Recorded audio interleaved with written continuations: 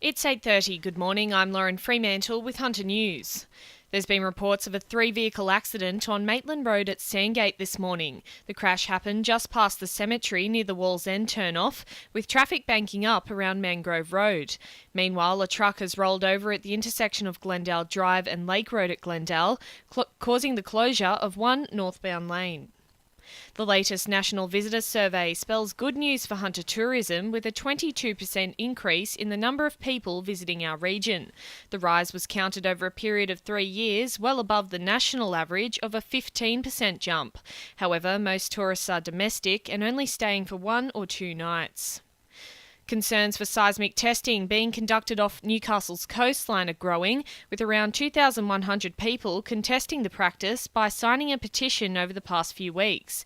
The petition was taken to federal Parliament on Monday, expressing the growing concerns, and member for Newcastle, Sharon Claydon, is hoping an outcome will be reached where marine life across the areas won't be affected. She says she's questioning the lack of care the federal government has for the region's marine life. The Turnbull Liberal government's savage attacks on our marine parks last week, where they removed the largest component of marine conservation area ever, it's little wonder that the people of Newcastle are questioning the credibility of this government when it comes to marine conservation.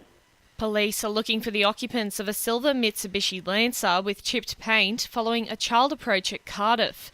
Around 3:30 in the afternoon last Tuesday, a 13-year-old girl was waiting at a bus stop on Main Road and was approached by a man who began talking to her before a witness told him to leave the scene. A car driven by a woman then pulled up and the man got in. Police have released CCTV footage of the incident and are appealing to the public for more information. Last night's meeting saw a commitment from Newcastle councillors to redevelop Hunter Street East with an urban feel inspired by New York's Soho region.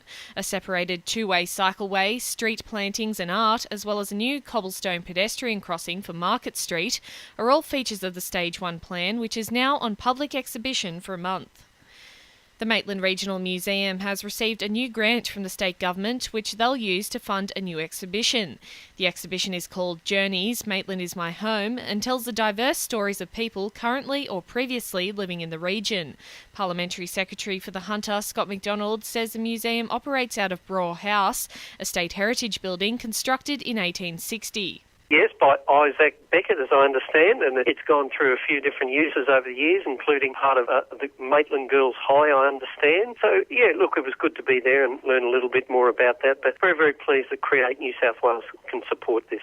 Briefly, the man accused of dangerous driving, which caused the death of a teenage girl at Brandy Hill last month, has faced Raymond Terrace Local Court for the first time, with proceedings to carry on in May.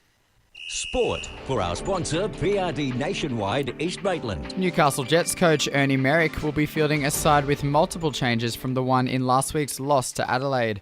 For the first time in several weeks, Merrick has options to change up the squad and says it'll be a welcome return for the missing players. So Van Vlierkat will come back in. It's a great opportunity for Van, whose first 2/3 of the season he was outstanding. Roy's back in. Hopefully Dimmy will be fit enough to play. And I might freshen up the midfield with Nick Crowburn. So there's a few options we have. Knights Chief Executive Phil Gardner says players who take illicit substances are playing Russian roulette with their careers and don't fit into Newcastle club culture, following the sacking of young player Dylan Fithian. Meanwhile, playmaker Connor Watson is expected to decide on his immediate playing future later today, when he'll choose to either undergo surgery or rehab on his dislocated shoulder. Watson's shoulder popped out twice in last week's loss to the Sydney Roosters, but has been cleared of a break. And former Knights coach Rick Stone has been sacked by the Huddersfield Giants after a slow start to the English Super League season. That's sport. I'm Tynan Salamone. And the winning numbers in Oz Lotto are 29, 19, 38, 22, 3, 5 and 27, and the supplementaries are 41 and 35. 2NURFM News Time 26 to 9.